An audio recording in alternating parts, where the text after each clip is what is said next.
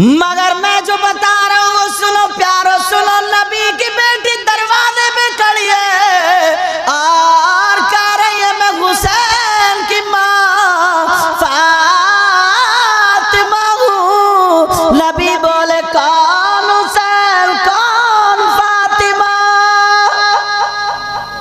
अब बताओ फातिमा का क्या बना होगा? उधर अली रो रहे हैं, इधर फातिमा रो रही, अंदर नबी रो रहे हैं। जिस बेटी के लिए इतने बेकरार रहते थे आज उसके लिए दरवाजा बंद। अब आखिर में फातिमा कहने लगी अब्बा जान मैं आपकी बीवी खदीजतुल कुबरा की बेटी फातिमा बोल रही हूँ। नबी बोले कौन खदीजा कौन फातिमा? अब खूब रो रही है, रो करके कहने लगी अब्बा जान मैं अली की बीबी फातिमा बोल रही हूँ। नबी ने कहा अगर अली की बीबी फातिमा बोल रही है पहले जा करके अली से माफी मांगे, बाद में अब्बा का दरवाजा खुलेगा।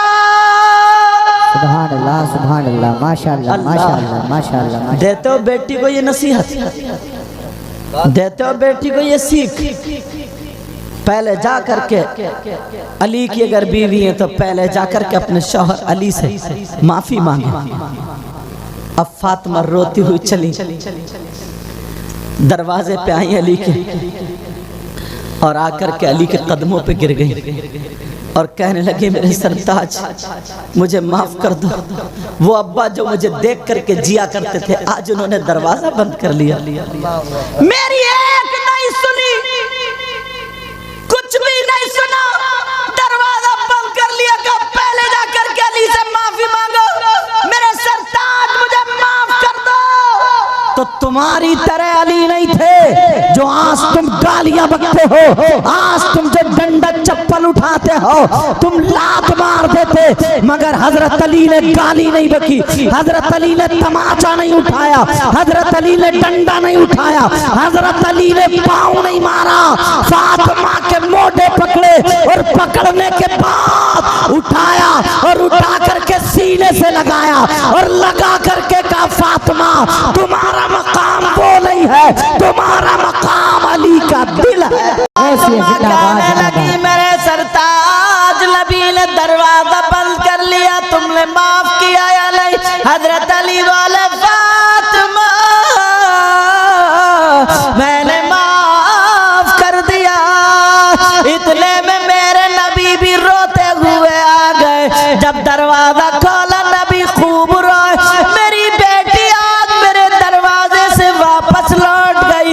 नबी रोते हुए बेटी के घर चले, सहाबा रास्ते में मिले, नबी ने किसी से मुलाकात नहीं की, कहा हटो हटो, सीधे अपनी बेटी के घर गए और दरवाजे पे खड़े हो करके कहने लगे क्या ये मेरी बेटी फातिमा का घर है? ये हसन की माँ फातिमा का घर है, ये हुसैन की माँ फातिमा का घर है, ये अली की बीवी फातिमा का घर है। जब इतना सुना फातिमा कहने लगी मेरे सरताज जरा मेरा हाथ छोड़ दो, अपने हाथ खोलो, मुझे लगता है मेरे अब्बा गए हैं। मेरे सरताज बस 2 मिनट के लिए मुझे छोड़ दो। हजरत अली ने अपने हाथ खोल दिए, सैयदा फातिमा चली, देखा दरवाजे से अंदर आए, फातिमा अपने अब्बा की गर्दन में हाथ डाल के सीने पे सर रख के इतना रोई और कहने लगी अब्बा जान क्या आपने नहीं पहचाना था? अब्बा मुझे माफ कर दो, मेरे बाबा मुझे माफ कर दो। क्या आपने फातिमा को नहीं पहचाना? आपने हसन हुसैन को नहीं पहचाना?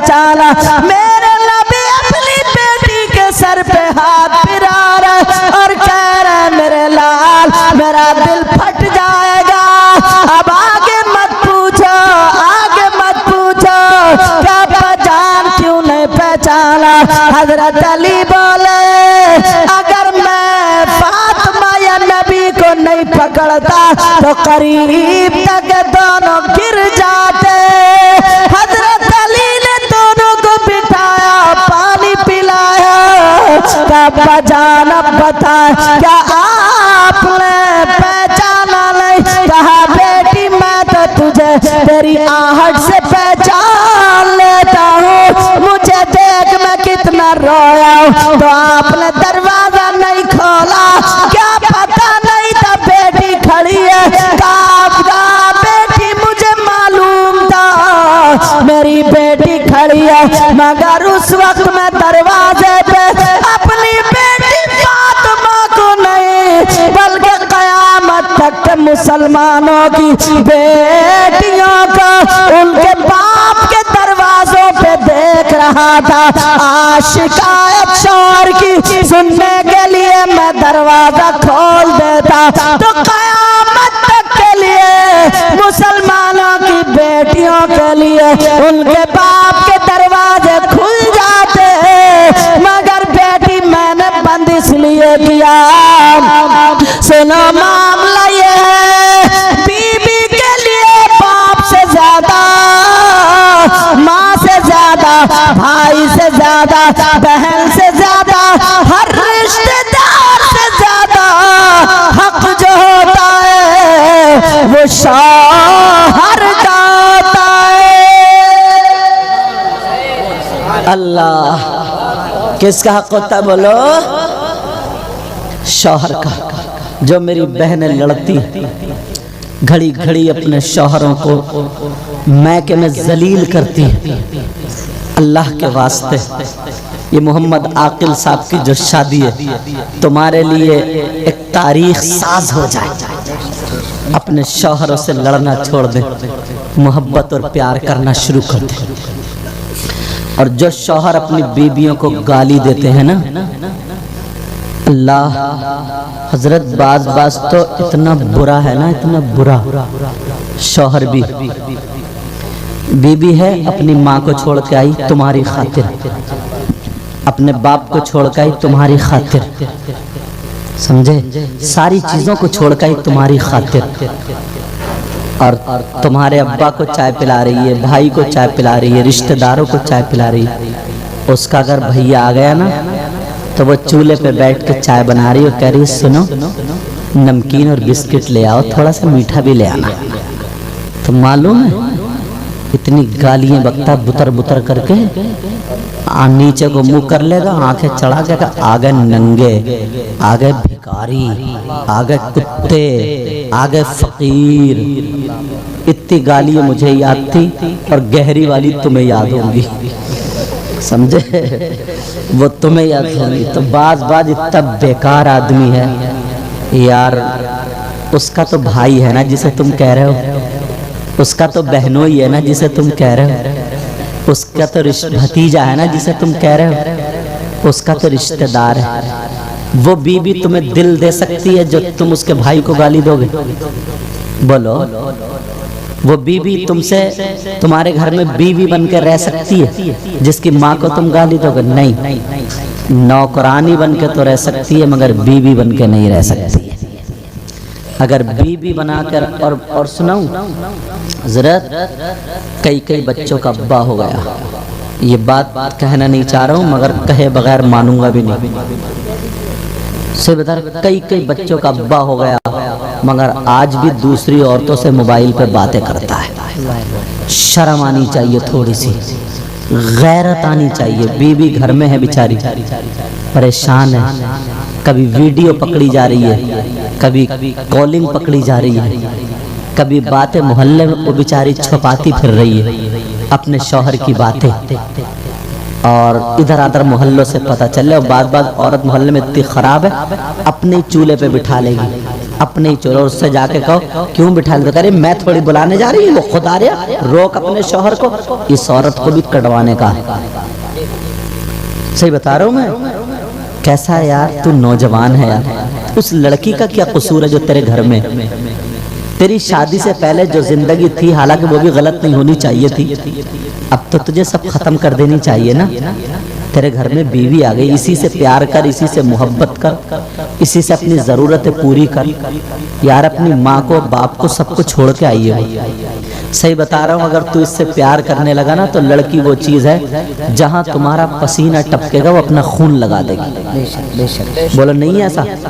शौहर की खातिर अपने बाप से लड़ जाती है, अपने सगे भाई से लड़ जाती है। शादी में अगर उसके शौहर को दावत ना देना, एक देती है कार्ड और ये कहती है नहीं आऊंगी मैं, जब तक मेरा शौहर नहीं आएगा नहीं आऊंगी, कर लो ऐसे। ये गुर्दा चाहिए, गुर्दा ये बात कहने के लिए माँ से और बाप से। वो तुमसे प्यार करती है, मोहब्बत करती है, सब कुछ छोड़ के आई है, और बाज इतना खराब है, बस दूसरों के साथ घूम रहा, मोबाइल पे बातें कर रही हैं, पकड़ी जा रही हैं बातें, वीडियो पकड़ी जा रही है, मोहल्ले में उड़ी पड़ी है। कहाँ जाएगी वो? तुम्हारे लिए आई थी, शराब पी के घर में आके गालियां बक रहा, शराब पी के मार रहा, तोड़ रहा। शराब का बहाना है। गू क्यों नहीं खा लेता जब तुझे इतना बड़ा नशा है? गू नहीं खाएगा, बस बीवी को गाली देगा, कभी कभी तो तलाक भी दे देता है। इन बातों से बचो। शादी इसीलिए होती है, इसीलिए। और मेरी बहनें सुन रही हैं, बाज लड़की की तरफ से भी ये बातें आती हैं, क्योंकि लोग हमें फोन करते हैं ना, सोचते हैं ना ये सैयद साहब है, कोई ना कोई तावीज लिख देंगे। अम्मा अब्बा ने इतना ध्यान नहीं रखा, मोबाइल दे दिया, लड़की को लफंगा बना दिया, कभी किसी से टच हो गई, कभी किसी मोबाइल, हेलो क्या कर रहे हो तो ये सारी बातें चल रही हैं। अब शादी हो गई तो इतनी संभाल के अपने बुंदे नहीं छुपा के रखती है, अपना जेवर छुपा के नहीं रखती है। क्या छुपा के रखती है? मोबाइल। अब पकड़े जा रहे हैं मोबाइल, कभी तकिए के नीचे रात के 2 बजे उठ के हेलो, अभी वो सो रहे हैं। तेरी ये जिंदगी है क्या? ये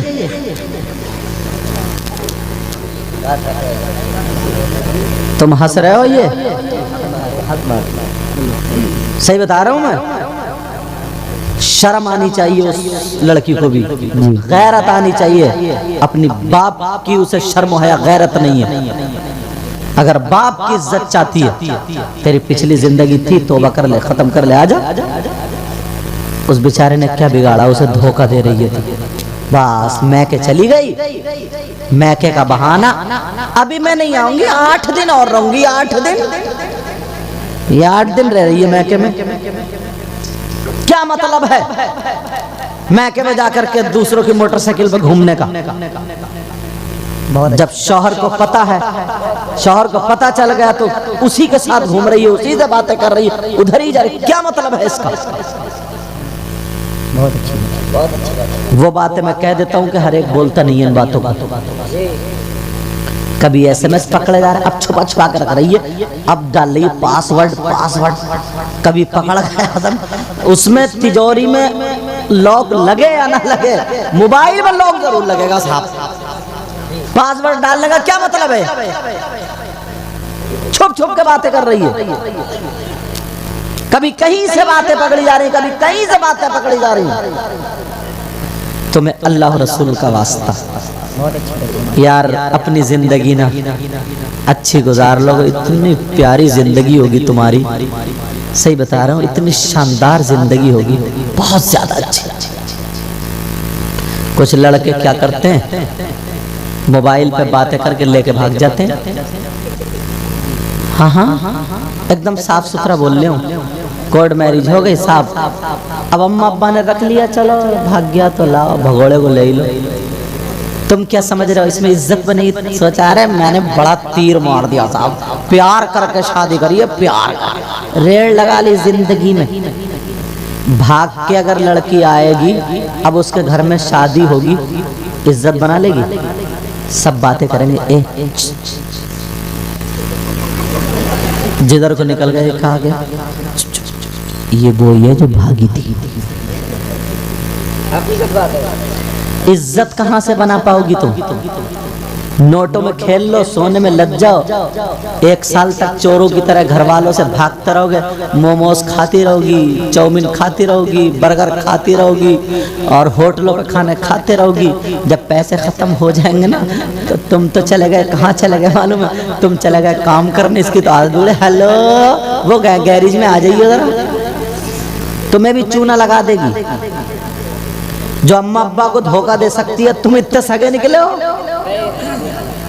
जब बाप को धोखा दे सकती है, माँ को धोखा दे सकती है, अब वो भगोड़ी और भगोड़ा। अब घर में जब आ गए, शादी में उनकी इज्जत होगी।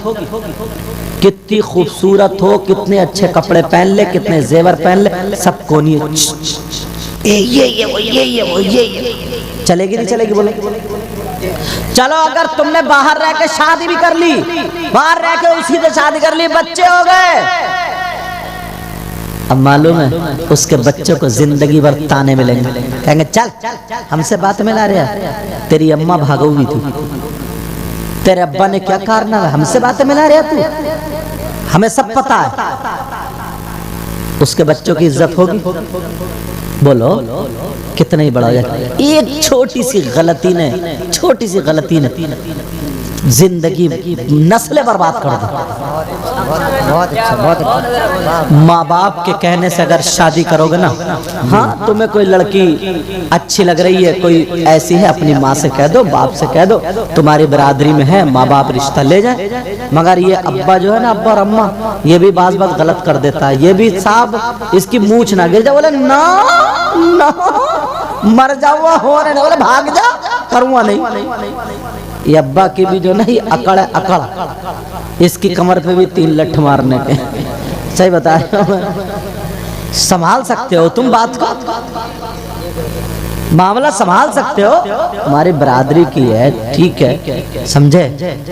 शादी कर लो, उसके रिश्ता ले जाओ, इज्जत के साथ शादी करो। इस्लाम इसकी इजाजत देता है, यही बता दूं माइक पर, इस्लाम इसकी इजाजत देता है। यहाँ तक के हदीस में आता है, अगर किसी लड़की को निकाह करने की नियत, गलत नजर से नहीं, समझे, कोई और शैतानी नजर से नहीं, निकाह करने की नजर से कि मैं उससे शादी करूंगा, निकाह करूंगा, 1 मर्तबा लड़के को देखना जायज है। लड़के को लड़की 1 मर्तबा देखना जायज है, मगर उसके बाद नहीं। मगर बेहयाई इतनी हो गई है, ये मैसेज में देखे जा रहा हूँ, जरा जहन में रखना, इतनी बेहयाई हो गई है, अगर किसी का रिश्ता हो जाता है बस अब वो फ्री।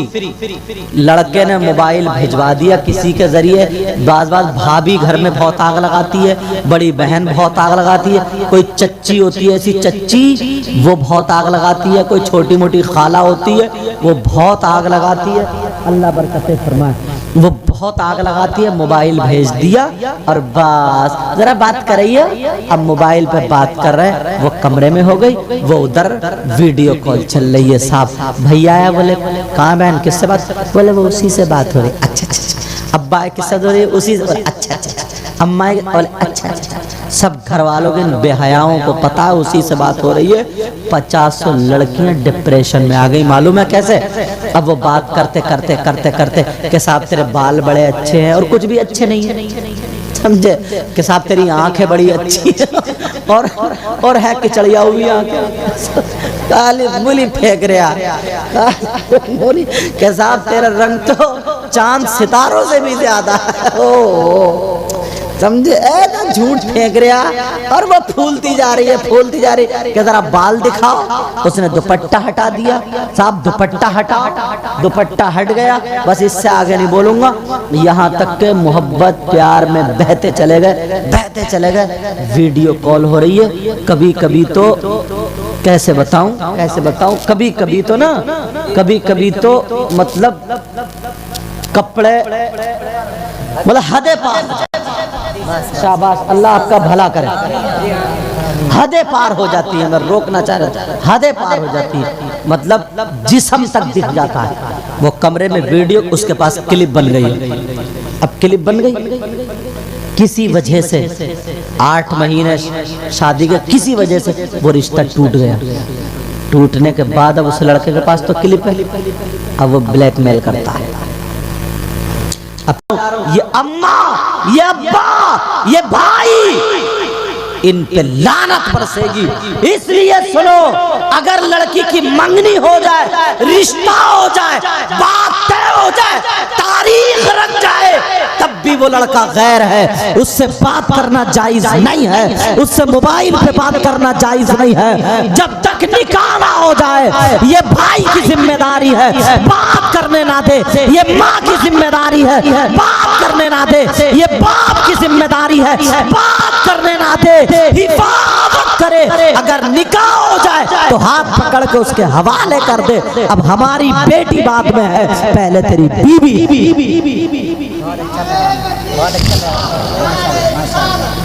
मैंने पहले कहा था कि बेटियों के हाथ में मोबाइल जहर है, वो हो गया है। 50 लड़कियां अपना धर्म छोड़ बैठी हैं, 50 लड़कियां गैर मुस्लिम लड़कों से टच हो गई है, 50 गैर मुस्लिम लड़कियां मुसलमानों से टच हो गई है। आपस में वो गंदा नाच नाचा जा रहा है। बंबई के लोग फिल्में बनाते हैं, कहते हम यकताई का पैगाम दे रहे हैं। पहले ये होता था जात पात, पहले ये होता था हिंदू मुस्लिम, नहीं, अब तो इसको ज्यादा अहमियत दी जा रही है। अगर लड़का मुसलमान है तो लड़की गैर मुस्लिम है, अगर लड़की मुस्लिम है तो लड़का गैर मुसलमान है। हम जो इत्तेहाद का पैगाम दे रहे हैं, उन जो फिल्म बनाने वालों की मिसाल देते हैं, देखो शाहरुख खान के घर में कौन है, और के मुझे नाम याद नहीं है, देखो उनके घर में कौन है। मुसलमान सुन ले, हमें औलाद से ज्यादा अजीज हमारा ईमान है, हमारा धर्म है, हमें बाप से ज्यादा प्यारा हमारा ईमान है, हमारा धर्म है, हमें माँ से ज्यादा अजीज हमारा ईमान है, हमारा धर्म है। अगर ईमान से हमारा चचा हट जाए तो हमारा कोई नहीं है, ईमान से हमारी माँ हट जाए हमारी कोई नहीं है, ईमान से अगर हमारा बेटा हट जाए हमारा कोई नहीं है। सबसे पहले है हमारा ईमान, हमारा धर्म। बेटियों के हाथ में मोबाइल मत दो। कॉलेजों में, स्कूलों में पढ़ाने वालों, अपनी बेटियों को पढ़ाते हो, ट्यूशन पढ़ने जा रही है, मास्टर से पढ़ने जा रही है, अकेली बैठक में पढ़ रही है, कहाँ का ट्यूशन पढ़ रही है। तेरी बेटी कहाँ तीर मारेगी, कहाँ लपटेंट बनेगी, कहाँ जज बनेगी, कहाँ आईएएस करेगी, क्या तीर मारेगी। आग और पेट्रोल एक जगह कभी जमा नहीं हो सकते हैं, जरूर आग लगेगी। 20-25 साल की लड़की हो, उधर वो मास्टर है, दोनों बराबर में हो, दोनों कमरे में हो, वो उसे पढ़ाता हो, उसकी इज्जत पे आंच आ जाती है, उसकी इज्जत नीलाम हो जाती है। अरे तू मुसलमान का बेटा है, चाहे इज्जत जाती हो, चाहे ईमान जाता हो, हर चीज में ठोकर मारने के लिए तैयार। बोले वो ट्यूशन पढ़ने जा रही है, ट्यूशन, जवान बेटी ट्यूशन पर इंजॉय करने जा रही, इंजॉय। अब वो सर जो है ना, सर वो भी लड़कियों को छांट छांट के पढ़ा रहे हैं। तौबा तौबा, ये मुसलमानों का काम है।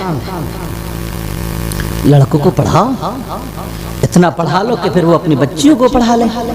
होशियार हो जाए तो किसी गैर के सामने मत भेजो, मत भेजो। बेटियों से ये बताओ, तुम तीर लगवाओगे कहीं? मालूम था मजहब इस्लाम में किसी धर्म में कोई औरत ऐसी नहीं है जिसने आज तक कभी वली पैदा किया हो सिवाय मजहब इस्लाम के। हमारे धर्म में तो ना वो औरत का मकाम है। तुम पढ़ाओ मत पढ़ाओ, लिखाओ मत लिखाओ, पैदा जब करती है तो अल्लाह का वली पैदा कर देती है। उम्मुल खैर फातिमा ने नहीं पैदा किया है वली। अब इनकी भतीजी नाजिम रजा खलीली की भतीजी छोटी सी थी, मेरे पास लेके आए इनके अब्बू, बोले हजरत भतीजी है, करो सलाम बेटा। तो सलाम कर रही, छोटी सी गोद में थी, सलाम कर रही, कलमा सुना, कलमा सुना रही है, खैरियत पूछो, आप खैरियत से? छोटी छोटी जबान। अब दिल नहीं चाहे जैसे दुआएं दे दे, दिल ने सर पे हाथ रख के दिल से दुआएं दे दी। और ये फप्पो क्या सिखाती है, ये जब चलना सीख जाए ना तो चप्पल निकाल के देगी, चप्पल सैंडल ऊंचे मुन्ने या मुन्नी, वो दादी अम्मी बैठी ना, उनके सर पे मार के पटाख से। ये फुप्पो सिखा रही है, फुप्पो। या अगर पहला बच्चा ना तो खाला ले जाती है, खाला ले जाती है फांस के। अब वो सिखा दीजिए तेरी नानी अम्मी बैठी है, नानी अम्मी। अब वो चुप जाएगा और अम्मा के एक पटाख से मारेगा। अम्मा चारों खाने चुपते हैं और वो भी दांत फैलाए, तो कितना अच्छा लग रहा है मुझे मारते हुए मेरा पोता। जब बड़े होके गाली बकरिया तो कह रही इमाम साहब कोई मियाँ बता दो ऐसा जो ताबीज कर दे, बेटे का दिमाग खराब, बिगड़ गया बिगड़ा। तो ये बिगाड़ा तू नहीं है। अब तो अगर तू मियाँ को भी लटका देगी तब भी काम नहीं बनेगा तेरा, क्योंकि काय में असर होगा ताबीज में, जब मियाँ में खुद असर नहीं है। मियाँ भी तो नकली घूम रहा है, सब नहीं इल्ला माशाअल्लाह। कह रहा है ये 55 रुपए का, ये 500 का, ये 150 का, ये 200 का बिक्री चल रही है। खत्म फैज खत्म। अब तो मियाँ के पाँव में रस्सी बांधो, गले में रस्सी बांधो और लटका दो। ऐसे मियाँ से तब भी फायदा नहीं होगा। अब सोचता फिर रहा ना कोई ऐसा मिल जाता ना मियाँ जो मेरे बेटे का दिमाग पलट देता, और मियाँ इस चक्कर में कोई ऐसा मरीज मिल जाता ना जो मेरे हालात पलट देता। दोनों चक्कर में समझे है। अरे अभी की बात है, ये नूरुद्दीन मंजर साहब चले गए, इनसे पूछो। एक लूट रहा था बहुत दिनों से एक मियाँ, कभी 500 मार दे, कभी 2000 मार दे, कभी 4000। बोले आज 10 जिन्नात उतार दिए, आज 12 उतार दिए, परसों इतने उतार दिए। बोले 70,000 और एक जिन्नात, 70,000 मैंने ख़त्म कर दिए। ठीक फिर भी नहीं हो रही थी। बोले 70,000 ख़त्म कर दिए, मगर एक रह गया, बहुत तगड़ा है वो मुझसे नहीं उतरेगा किसी से, वो किसी सैयद से ही उतरेगा।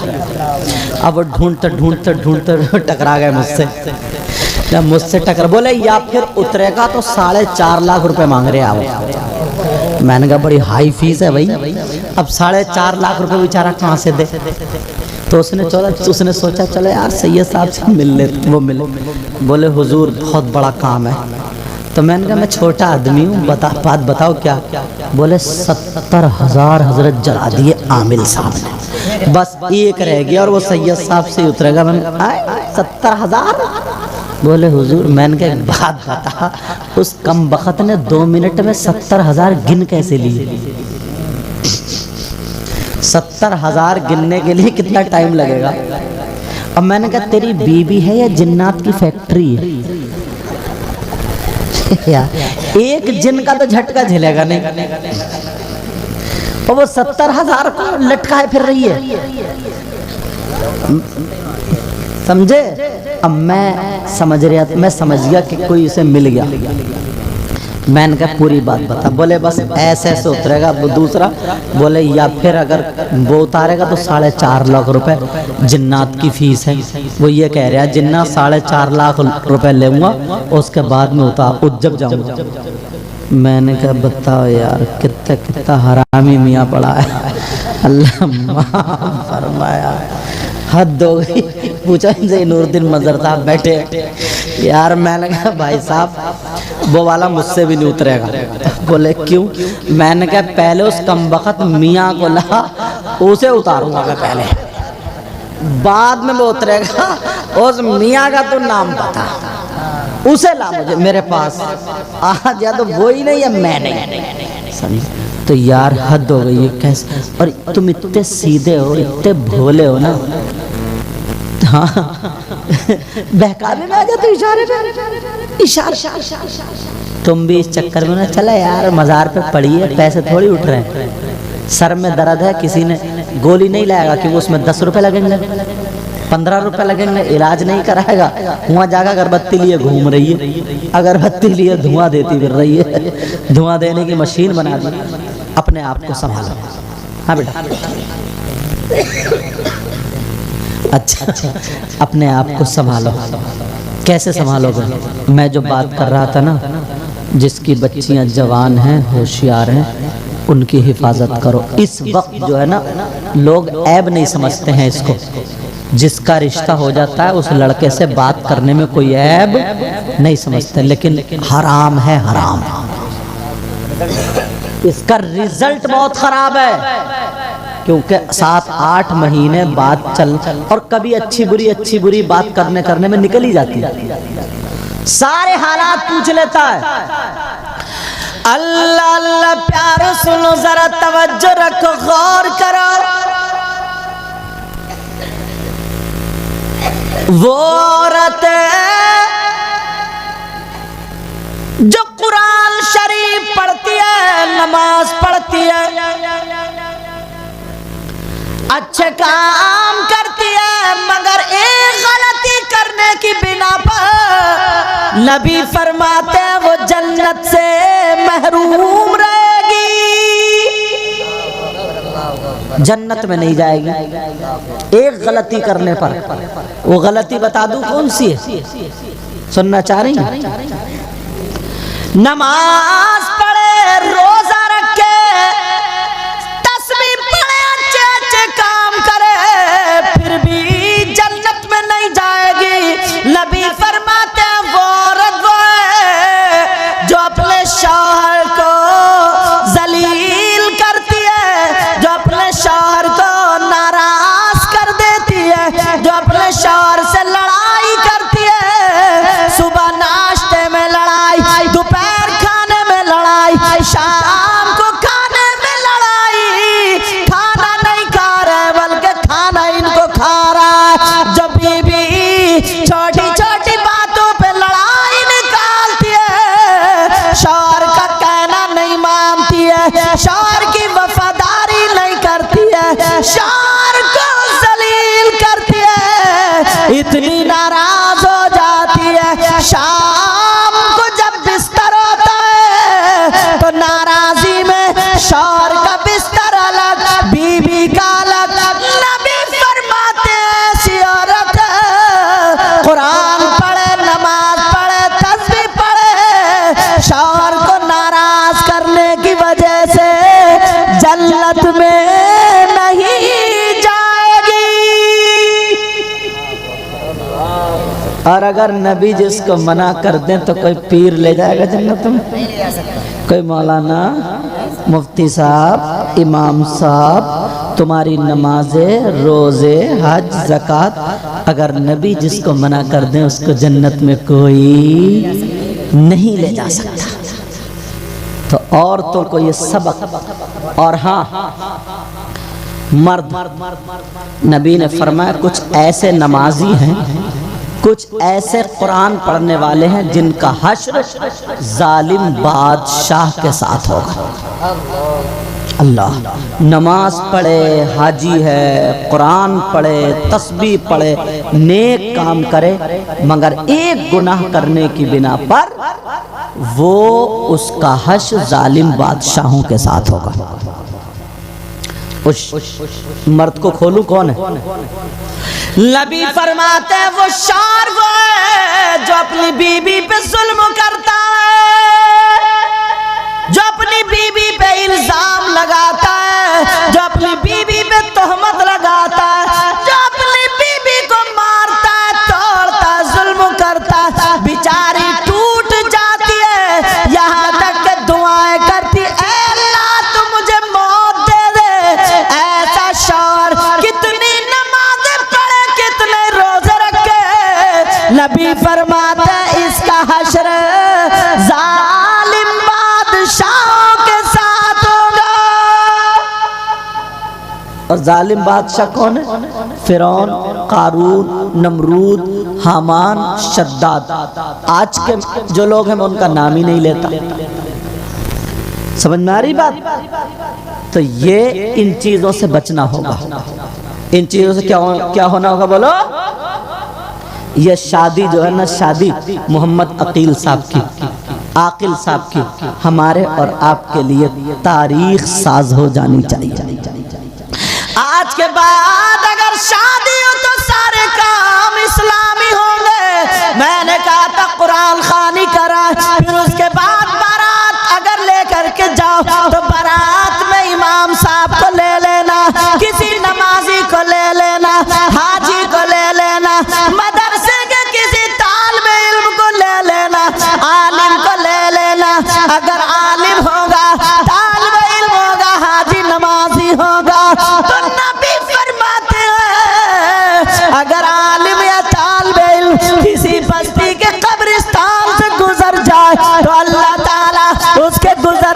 बरकत से 40 दिन के लिए कब्रिस्तान के मुर्दों से अजाब उठा लेता।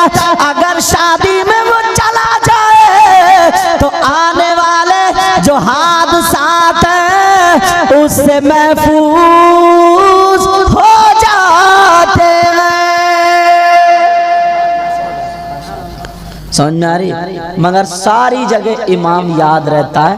मैंने कई जगह देखा शादी के मौके पे इमाम को भूल जाते हैं, कहते हैं अरे यार भूल गया। और अगर तीजा 10वां 40वां हो तो पहले कहते इमाम साहब कहीं को जाइयो मत, ध्यान रखियो ध्यान। हर मोड़ पर कहेगा इमाम साहब ध्यान रखियो ध्यान, और शादी में भूल गया। समझ में आ रही? अब बारात चली गई तो किसी किसी जगह पे आदमी जाते हैं, औरतें रह जाती हैं। तुम्हारे यहाँ औरतें जाती हैं बारात में? अल्लाह का शुक्र है, अगर जाती तो खलियान मचा देती। अच्छा बात सही नहीं है हजरत? अब नहीं कह रहे हैं सही है गलत है, इन पे भी प्रेशर आ गया। शुरू कर दिया। बोलो खोरिया तो सभी जानती होंगी, और इनसे तीसरा कलमा सुन लो ना, तीसरा कलमा सभी अटक जाएंगी।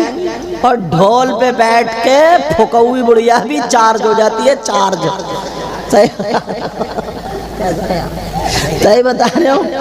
फुकौई ना फुकौई वो भी चार्ज हो जाती है ढोल पे बैठते ही। ढोल पे बैठ सेल्फ स्टार्ट, काए काए काए काए, 2-4 और सुर मिला रही है। पान की पीक पुच्छदे से उधर मारी, उधर रंग दिया घर को, और गुलगुले चल रहे हैं, गुलगुले साहब, और हो रहे हैं गीत। किताब नहीं मिली कोई, मदरसे में कहीं पढ़ाया नहीं जाता, स्कूल में सिलेबस में कहीं नहीं है गीत। आज तक कोई किताब हमें हाथ नहीं आई। मगर अल्लाह की बंदी पता नहीं कहाँ से याद आ जाती। इमाम साहब को अलहम्दो में मुताशाबा लग जाए, इसको गीत में मुताशाबा नहीं लगता। ये हालात है।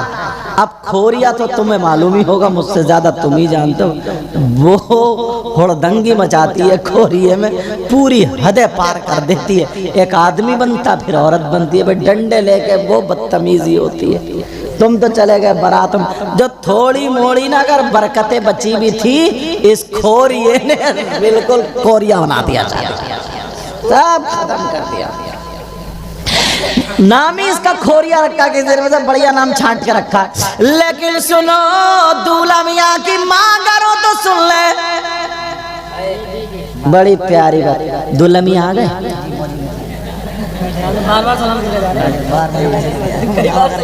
अच्छा माशाल्लाह, खड़े तो हो जाओ, देख तो लूं। माशाल्लाह, अल्लाह बरकत। मोहम्मद आकिल साहब हाथ उठाओ ऐसे करके दोनों, माशा रख लो। हाँ, छोटा सा चंदा ही लगा मेहंदी का। तवज्जो रख। अच्छा ये बहनें जो है ना, बहनें ये नहीं मानती, सोते हुए पे कम से कम इतनी आधी उंगली तो लाल कर ही देती है। बोलो कर देते हैं, मैंने इसीलिए हाथ उड़वाया, मैंने कहा चेक कर लूं, तो थोड़ा सा ही चंदा था। हाँ लेकिन सुनो, तवज्जो रखो। मेरी तकरीर के बाद इनके 2 शेर भी होना। अच्छा यार पता नहीं कौन कैसा हो यार, किसकी अदाएं अल्लाह रसूलुल्लाह को पसंद आ जाए। और मुझे उम्मीद है ना कोई ये हरकत भी नहीं करेंगे, क्योंकि अब समझदार हो गए। मुझे पूरी उम्मीद, समझे, पूरी उम्मीद है इंशाल्लाह। और तुम भी जो 1-2 नोट दे दियो, ठीक है इंशाल्लाह। अब बात सुनो, अब तो पक्की हो गई बात, अब आराम से बैठियो। तो अब दूल्हा मियाँ की अगर अम्मा तो सुन ले, क्या करे, खोरिया ओरिया नहीं चलेगा।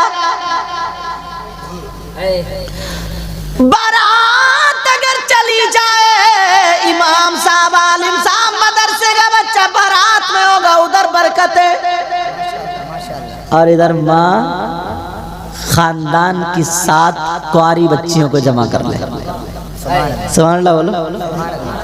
7 कुंवारी बच्चियों को जमा कर ले, और जमा करने के बाद उनको वुजू बनवा ले, और वुजू बनवाने के बाद उनके हाथ में कुरान शरीफ दे दे और 3 और 7 बच्चियों से 3-3 मर्तबा सूरह रहमान पढ़वा ले और पढ़ने के बाद उन बच्चियों से एक गिलास पानी पे दम करा ले। अब अगर ऐसा कर लेंगी, जब शाम के टाइम पे दूल्हा और दुल्हन यानी बेटा और बहू जब घर में आए तो उसी पानी से माँ उन पे छींटा मार दे, कमरे में छिड़क दे, उन दोनों को पिला दे। इसकी बरकत क्या होगी? इमाम जाफर सादिक फरमाते हैं, अगर उस लड़की या लड़के पर अगर कोई हवाई असर होगा, जिन भूत परी तफरीत होगा, खबीस होगा, कोई बीमारी होगी, किसी पे जादू टोना सर आसे भी खलल होगा, अगर कोई भी बात होगी तो इसकी बरकत से इमाम जाफर सादिक कहते हैं 40 साल का अगर पुराना जादू है तो वो भी खत्म हो जाएगा। अगर इस्लामी तरीका बता रहा हूं। अब आ गए, आने के बाद दूल्हा मियाँ भी सुने। घर में दुल्हन आ गई, इशा की नमाज पढ़ के आए। दुल्हन मुसल्ला बिछा करके घर में नमाज पढ़े। अब जब नमाज पढ़ ली कि इनका मुसल्ला बिछ गया क्या? हाँ सही, तवज्जो। ये तो भाई हवा पे भी बिछा सकते हैं, कोई पता नहीं, अल्लाह जाने कौन कैसा है, नहीं पता नहीं किसकी दुआएं कबूल हों। हमसे तो ये भी अच्छे हैं, सभी लोग अच्छे हैं। अल्लाह ताला सबकी उम्र में इज्जत में बरकतें अता फरमाए। वो तो तफरी की बात इसलिए कह देता हूँ ताकि आपका जहन फ्रेश हो जाए। तो बात ये चल रही थी, दूल्हा मियाँ क्या करें? ईशा की नमाज पढ़ के आए, दुल्हन कमरे में नमाज पढ़ ले। तवज्जो बेटा, बोलो नहीं।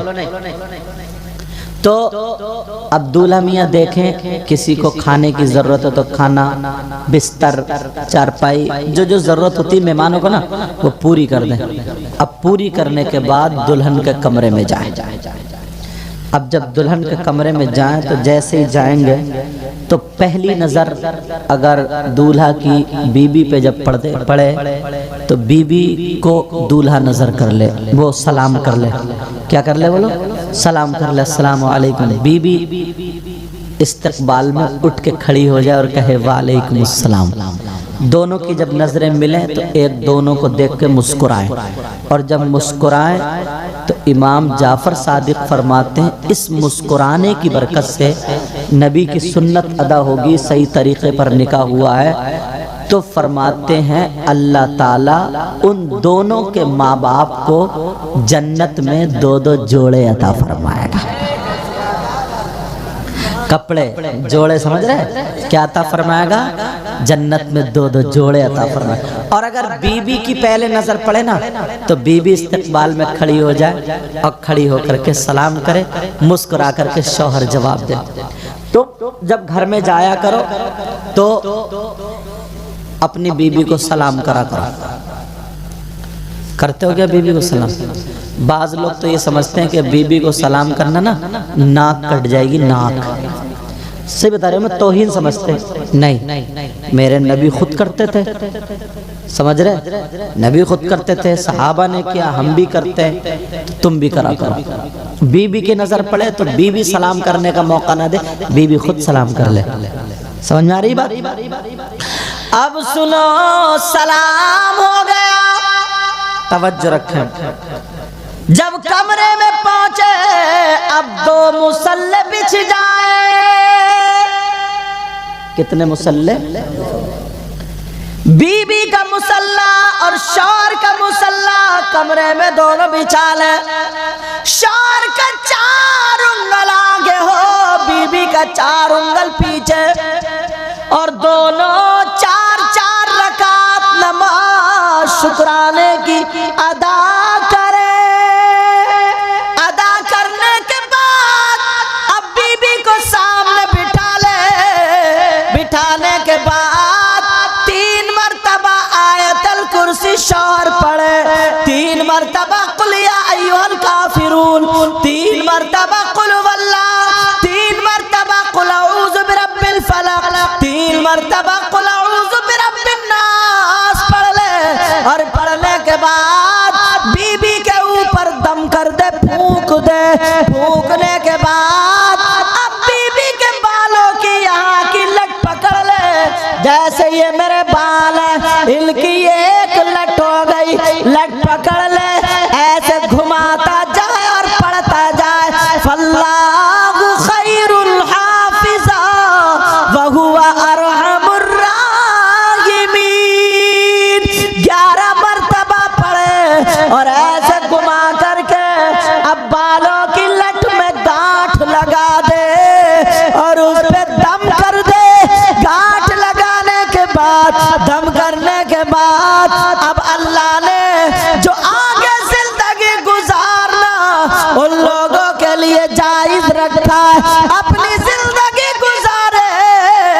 इमाम जाफर सादिक फरमाते हैं उस लड़की की बंदिश हो गई। अगर पहले से जादू होगा तो वो खत्म हो जाएगा।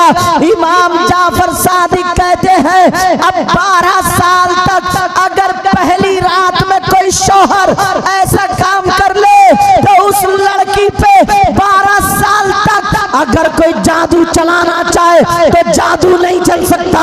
अलवी नहीं चलेगा, सिफली नहीं चलेगा, बादी नहीं चलेगा, खाकी नहीं चलेगा, आबी नहीं चलेगा, उस पे जिन्नात का असर नहीं होगा, भूत परी से महफूज रहेगी।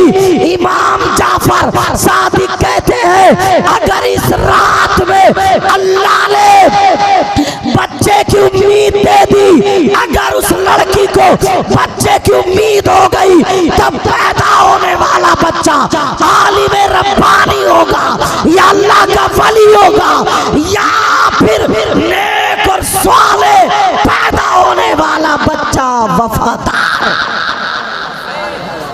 माशाअल्लाह माशाअल्लाह। हमारे यहाँ क्या नहीं है, सब कुछ है, लेकिन करें तभी तो। अब तो मैरिज हॉल में शादी हो रही है। अल्लाह, अभी 30-35 लड़कियां मैरिज हॉल के गेट पे वो छटी हुई, 15 साल से 20 साल की उम्र, वो बाल फैला के आगे डाल लिए और मुंह यहाँ से जैसे बंदरिये, जैसे बंदर, समझे।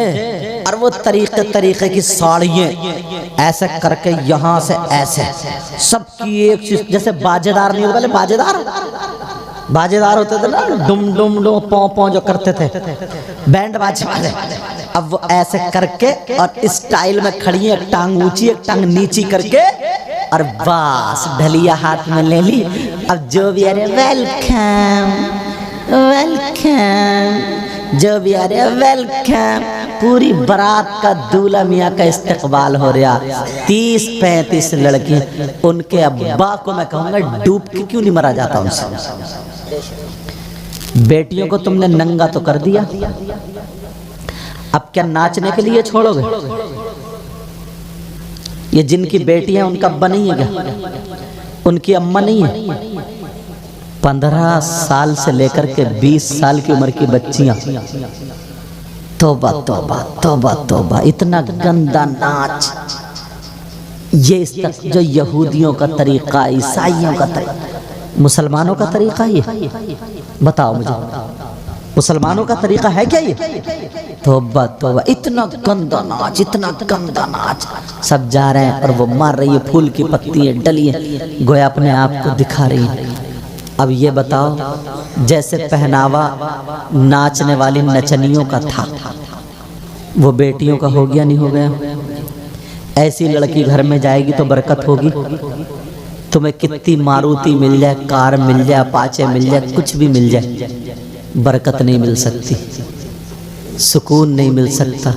और जो लड़की ना यहाँ से स्कार्फ बांधने वाली होगी, 5 टाइम की नमाज पढ़ने वाली होगी, जिसके पास शर्म व हया गैरत होगी, जो मर्दों के सामने कभी ऐसे अपना जिस्म तान के नहीं आ सकती, तुम्हें मोटरसाइकिल ना मिले, सोफ़ा ना मिले, जहेज़ ना मिले, मगर यार बरकतें ज़रूर मिलेंगी, तुम्हें सुकून बहुत मिलेगा।